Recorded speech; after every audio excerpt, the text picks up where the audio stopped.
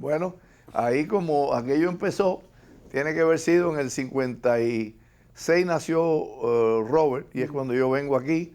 En el año 57 fue cuando ya yo tenía la estación andando y ya tenía alguna experiencia y ya te había conseguido a un mecánico que era cubano también, que estaba trabajando en otra estación, y lo llamé y se hizo amigo mío, y entonces entre los dos, y papá me ayudaba, mi padre, pero en el tiempo que estaba aquí nada más, y él estaba poco tiempo, en el tiempo muerto, después se volvía a ir. Entonces pues así comenzamos. Y le voy a hacer este cuento porque esto no es algo que se me ocurrió, que cuando llené el tanque grande aquel de gasolina y qué sé yo, me quedé casi sin dinero. Y ya después lo que tenía era gasolina, pero no tenía dinero. Entonces, poco a poco, cuando yo arreglaba los carros y demás, había una compañía que se llama Motor Parts and Bearings, que estaba como a 3 o 4 cuadras en el mismo Miami Avenue en aquel entonces. Y yo le compraba las piezas a ellos cuando iba a reparar cualquier cosa, un filtro, cuando aquello habían bujías que ya no existen, los platinos que ya no existen, para hacer tune-up, las bombas de freno que ya tampoco yo creo que existen, toda esa serie de cosas, bombas de agua, yo se las compraba a ellos. Y ellos tenían un inventario muy amplio allí, Motor Parts and Bearings, era una de las más grandes que habían aquí en Miami. Entonces, a mí se me ocurrió ir a donde ellos estaban, y como ellos botaban todas las cajas, cuando ellos vendían, ¿no? Todas las cajas, muchas de ellas las botaban, y todas aquellas cajitas estaban nuevas. Entonces yo iba y recogía las cajitas nuevas esas, y las llevaba y las ponía en el stand mío, pero con unas piedras adentro, para poder poner aquello, y parecía que yo tenía un stock divino. Un stock tremendo. Y yo tenía de todo, claro. Allí, cuando me pedían algo, yo lo pedía por teléfono rápido y lo iba a buscar, pero por lo menos daba una presentación aquello tremenda. Y, o sea, para poder poner aquello como es debido. Y así fue como yo empecé poco a poco mi negocio aquí, y con la suerte de tener la clientela de puertorriqueños que tenía, que fue algo excepcional. Y entonces así fue como yo comencé mi negocio de lo que es Goss Machado. Ahora, para ir cambiar de la gasolinera y de las reparaciones a la venta de carros, fue también algo muy significante en mi vida. Eso fue que una vez yo tenía un cliente, puertorriqueño también, que le iba a cambiar una bomba de freno. Y entonces cuando la bomba de freno había que hacerlo por debajo y qué sé yo, y había una planta que uno lo subía, y en la planta tenía que ponerle en aquellos entonces un calzo para poder entrar la mano y cambiarle la bomba de freno y demás. Y la planta que yo tenía era un poquito ya viejita, ¿no? Y entonces yo noto que el carro hace así y cae sobre algo. Y yo estaba debajo del carro. Y yo hice así, miré, digo, concho, esto puede ser que se pueda caer. Y entonces fui a bajarlo. Y al irlo a bajar, el carro empezó a patinar. Y yo lo empecé a bajar despacio, y el carro da una vuelta y se cae. Y entonces, bueno, menos mal que no había nadie, porque estaba el mecánico y yo nada más allí, y alguien que estaría pasando por allí. Y el carro cae y se doble, boca abajo, con el techo abajo. Entonces yo no sabía qué hacer, aquello fue un espectáculo. Bueno, pues allí habían una gente que trabajaban allí al lado, que era una fábrica de carteras que había muchas personas que trabajaban allí alrededor. Entonces nosotros rápidamente empezamos a ver cómo virábamos el carro. Bueno, pues entre que teníamos unos gatos hidráulicos que los subíamos, y entre que conseguimos, como yo no sé de dónde salieron, más de 10 personas que pasaron por allí, nos ayudaron, y lo hicimos así, y enderezamos el carro que él y cayó. Y lo pusimos plano otra vez. Entonces el techo se había hundido, y de adentro hacia afuera lo echamos hacia arriba, para ponerlo lo más plano posible, pero el carro estaba en malas condiciones. Entonces ese puertorriqueño, que era mi cliente, que ya me había trabajado antes y demás, yo dije, bueno, ya cuando él llegue veremos a ver lo que va a pasar. Y vino efectivamente, y yo le conté lo que había, y le dije, mira, esto fue lo que ha pasado. Usted sabe que el Miami Herald tomó una foto de ese carro boca abajo, y yo no la he podido conseguir en el año ese. Y yo le he dicho mucho a ellos, a ver si me la pueden conseguir. No han podido conseguirla, porque yo sé que pasaron por allí y le tomaron una foto. Y entonces, bueno, se enderezó el carro, le echamos el carro lo más posible arriba, qué sé yo, y el carro estaba bien andando y todo, pero completamente abollado. Y entonces el cliente viene y me dice, bueno, pues yo ahora sí que no sé qué hacer. Dice, bueno, pues vamos a llamar al seguro, ¿no? Y digo yo, bueno, pero es que aquí yo no tengo seguro. Aquí no hay seguro. Cuando aquello, las leyes todas eran diferentes a lo que son ahora. Digo, yo no tengo seguro, así que vamos a arreglar esto. Y entonces, cuando aquello, yo tenía otro cliente que me había hablado, oiga esto, que tenía un convertible, un Chevrolet convertible, que quería vender. Y siempre me lo dejaba allí para ver si yo lo podía vender también. Entonces, pero yo no lo tenía allí ese día. Y le hablo al hombre y me dijo, no, ¿qué va? Yo el convertible no lo quiero, que esto, que lo otro. Pero bueno, le seguí hablando y le dije, mire, mire que este es un carrito que está bueno y era del mismo año del que él tenía. Y verdad que el carro lucía muy bien y estaba muy bien. Y ante la situación, pues le hago una cuestión y le vendo el carro y hacían falta 600 pesos para poder hacer el negocio en aquel entonces, de un carro al otro. Y yo le consigo un préstamo de 300 pesos, que era lo que daban, con un cliente que ya yo tenía de Household Finance, y le conseguí otro cliente que también era de financiamiento, que le diera otros 300 pesos. Claro, él estaba un año, estaba el carro que compró un año mejor que el de él, y entonces se lo estaba dando con lo que había, pero que él debía de ese carro también, el cual yo tuve que pagar también un dinerito que él debía. O sea que ahí fue donde yo el primer carro que yo vendí fue ese en mi vida. Su primera transacción fue esa. Fue esa en mi vida. Provocada por un accidente. Provocada por un accidente. Y entonces así fue como yo empecé a ver cómo se hacían las cosas y cómo se llevaba a cabo a través de ya gente que empecé a conocer. Cuando aquello yo tenía un amigo aquí que en paz descanse, que creo que murió, Oliver Martínez. Aquí habíamos 4 cubanos en aquel entonces. Aquí estaba Oliver Martínez, estaba el padre de la que es ahora, ¿cómo se llama? Carlos Fernández. Sí. El juez, Rondol, ¿no? el juez. Él estaba aquí, cuando él vivía aquí. Por cierto que se vestía muy bien, de blanco todos los días, un personaje era él. Y estaba Oliver Martínez, que era el contador mío, y yo, éramos los que yo conocía así, que éramos cubanos.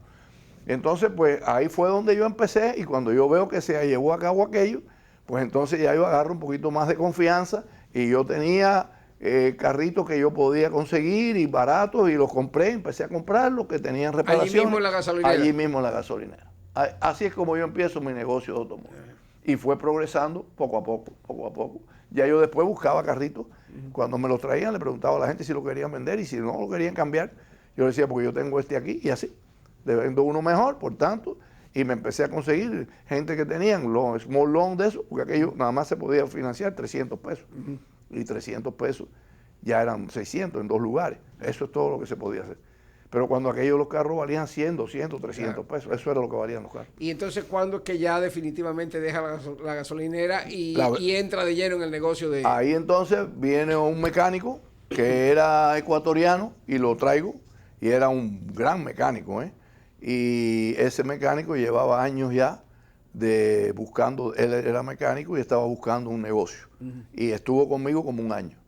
Y al año ya vio que estaba bien el negocio andando, le gustó mucho, y él era el que hacía prácticamente, él estaba corriendo, ya yo estaba prácticamente comprando y vendiendo carros. Ajá. Yo me ocupaba de vender los carros y de comprarlos.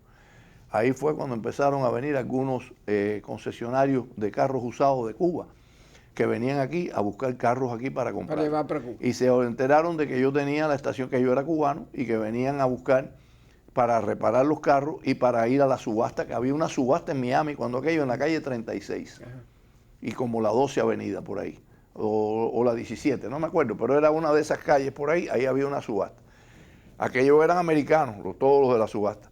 Y yo entonces llevaba a los dealers cubanos a esa subasta para que yo ser el traductor, y yo le probaba los carros y se los arreglaba después en la estación de gasolina. Y así conocí a varios de ellos. Y ya cogieron confianza conmigo, y hasta a veces me dejaban los carros para que yo se los llevara y los embarcara. Y así fue como yo empiezo a conocer cómo ellos los llevaban a Cuba. Y entonces ellos los manejaban desde Miami hasta Cayo Hueso. Y en Cayo Hueso llevaban 2 carros, llevaban un tow-bar y lo enganchaban uno con otro, y lo llevaban al SS City of Havana. Y entonces allí era el ferry. El ferry de Cayo Hueso a La Habana. Y entonces demoraba 6 o 7 horas en llegar.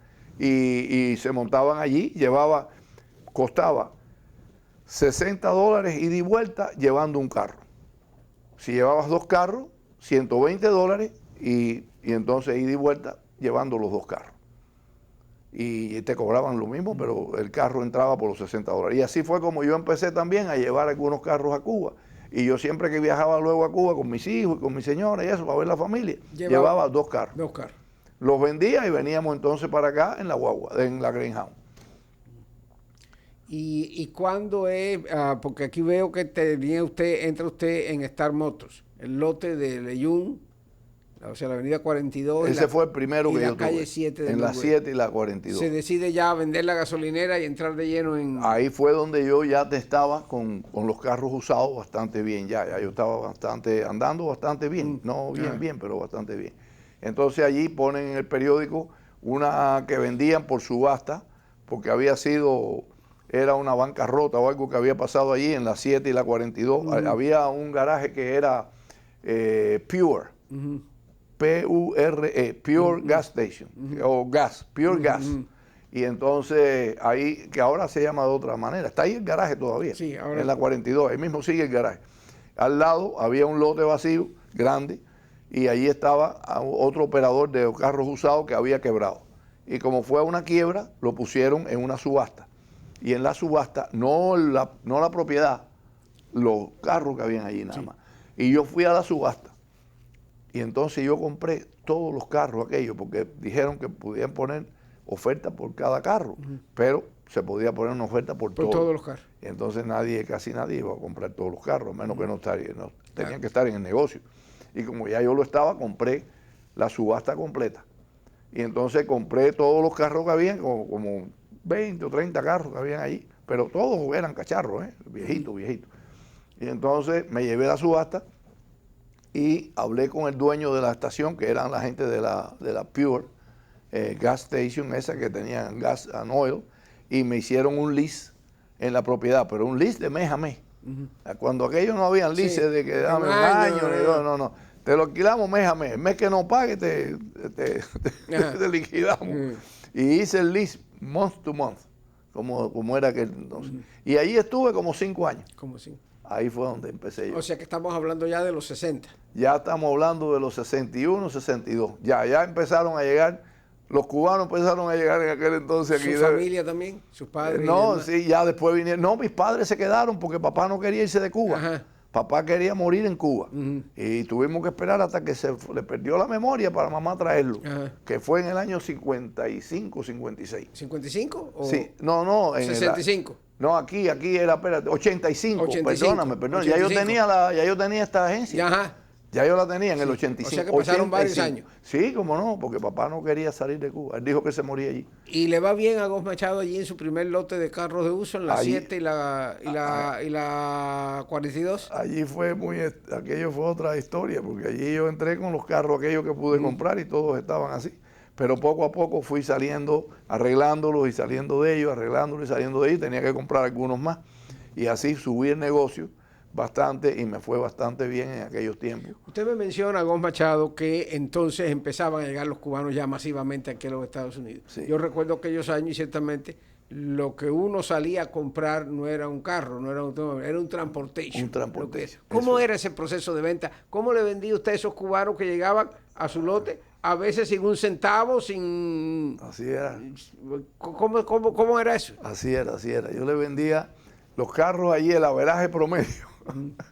Eran 200 pesos. $200. $200 y no había mucho de 500, pues tenía que ser que alguien me dijera, ¿tú me lo quieres vender? Yo decía, pónmelo aquí, yo te lo vendo.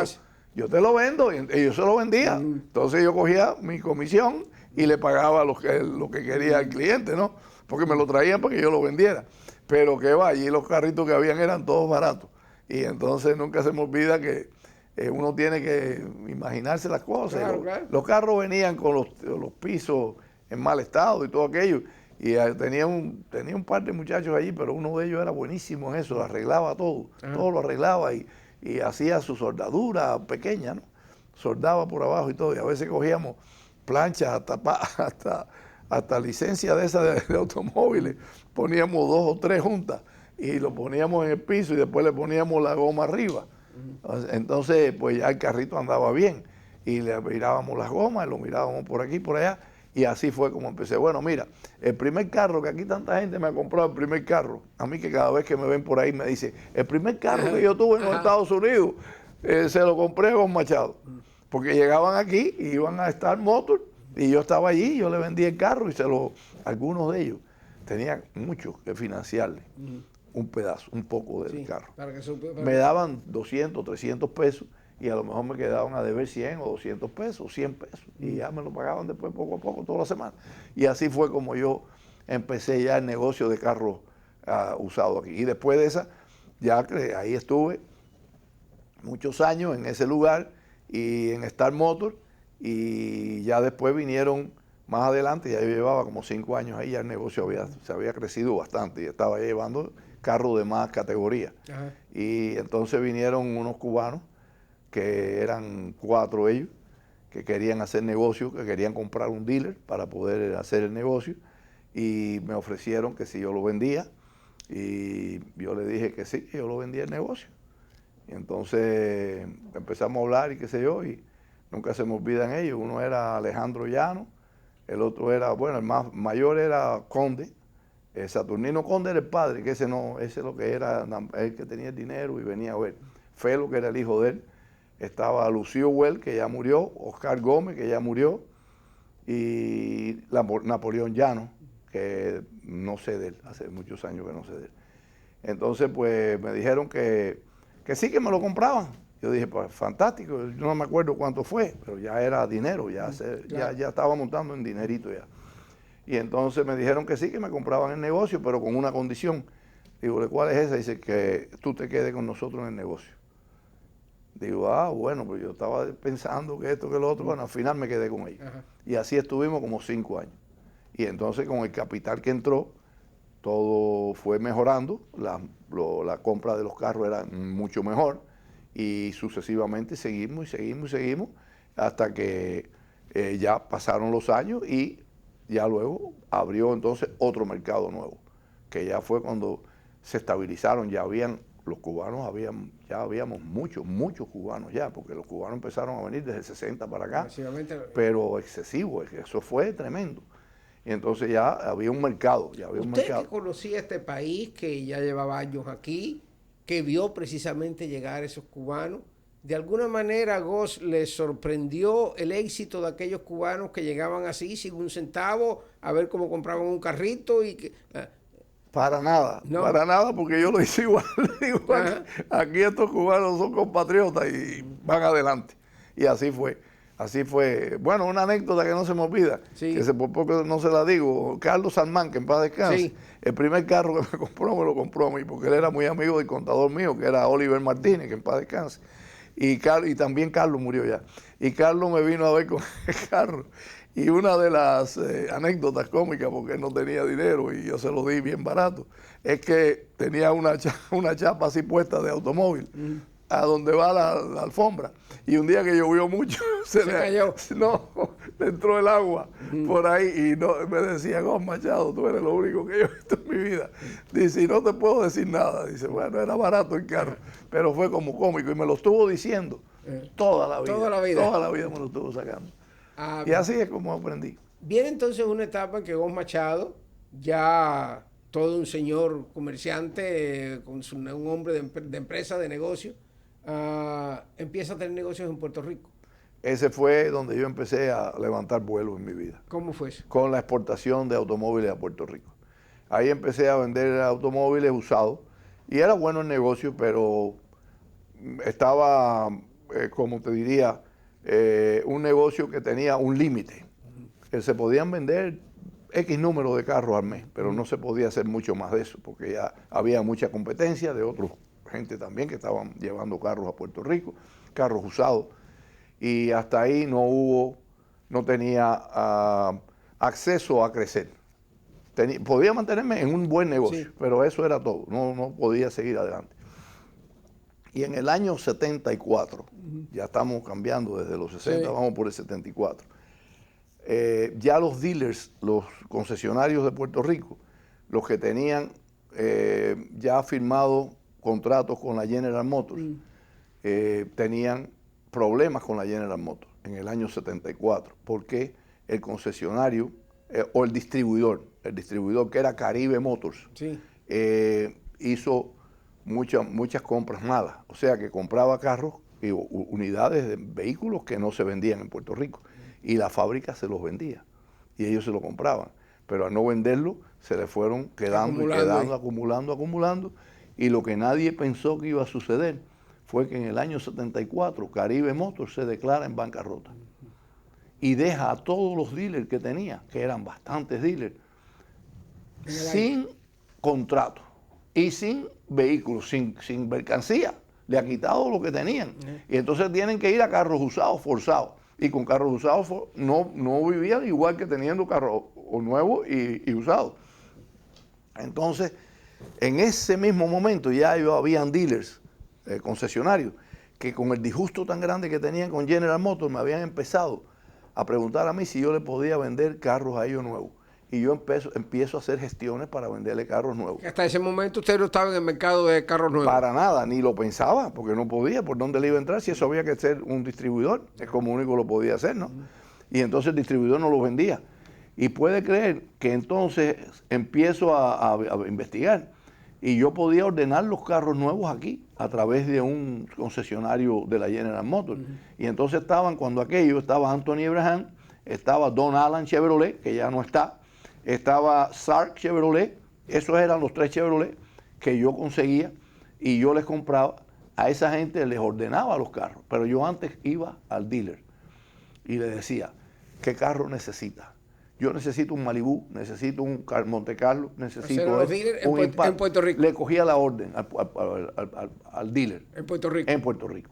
Con la orden que ya yo le cogía al dealer en Puerto Rico, yo me hice también con amistades en el Citibank, me hice amigo del gerente, que era Silvio Flores, en aquel entonces, y iba y le decía, tengo a Rossi Motors, por ejemplo, que era un gran distribuidor General Motors, que quiere comprarme 4 o 5 Monte Carlo, 3 y 4 Malibu, y le daba la lista. Decía, yo se los voy a ordenar, pero yo quiero saber que él tiene cabida en el floor plan de él, en la línea de crédito que ellos tienen para yo poderlo cobrar. Entonces él me lo chequeaba, me decía, sí, está bien, se lo puedes mandar a pedir, y le hacía un hold a ese dinero, para tenerlo, no al dinero, sino que no fueran ellos a comprar más de lo que debían, porque ya yo le había dicho lo que venía de camino. Y así pues hice esa amistad con el banco y con los dealers. Y yo se lo decía al dealer, eso sí, yo no iba al banco sin decírselo a ellos. Yo le decía, cuando tú me haces la orden, yo tengo que ir al Citibank para hacerle el floor plan. Y ellos me decían, no tienes problema, hazlo. Perfecto, hazlo. Entonces, así es como yo lo estaba haciendo. Cuando aquellos ni me firmaban de que yo les garantizo nada, me decían, hazlo. Y yo lo hacía. Pues allá igual, era una cosa que yo lo hablaba y me lo hacían. Allí pedíamos, yo hacía el pedido aquí, me llegaba en 3 o 6 semanas, y cuando llegaban los carros, yo los preparaba, los llevaba al muelle, los pasaba por la aduana, pagaba lo que le llaman arbitrio. ¿Usted asumía el riesgo económico prácticamente? Sí, yo lo hacía. Yo compraba el carro, pero ya con la garantía de que Citibank lo iba a comprar. Sí. Entonces, lo iba a pagar, no a comprar, lo compraba el dealer. Entonces, hacíamos la gestión y el carro se embarcaba. Yo pagaba los arbitrios del carro, yo lo pagaba todo, porque el banco para pagarlo tenía que tener todo pago. Entonces, el dealer lo recogía en el muelle, pero ya cuando el dealer lo recogía en el muelle es porque ya el banco me había pagado. Porque ya yo lo tenía en el muelle y tenía los arbitrios en la mano. Yo iba al banco y el banco me hacía el cheque y lo depositaba en mi cuenta. El dealer iba y lo recogía y se lo llevaba entonces. Y ahí fue donde yo empecé a subir la vida, un poquito. Ahí fueron momentos muy buenos aquellos. Así fue como yo empecé también ese otro negocio que después llegó a ser un gran negocio. Por un tiempo, porque ya después la General Motors lo paró todo. Eso no duró ni 2 años, 1 año y pico. Ajá. 1 año y pico fue lo que hice eso nada más. No llegó a 2 años.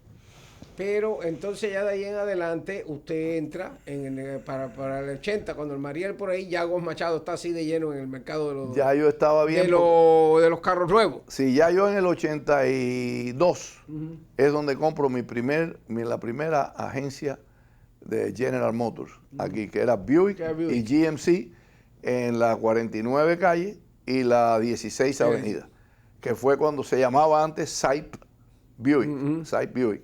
Y entonces yo le compré a Saip Buick Y la razón por la que le compré a Sype Buick, porque la vida es así, fue cuando Jimmy Carter era presidente, y en el año 82, en ese año y en esa fecha, fue cuando los intereses subieron a un 21% del prime rate.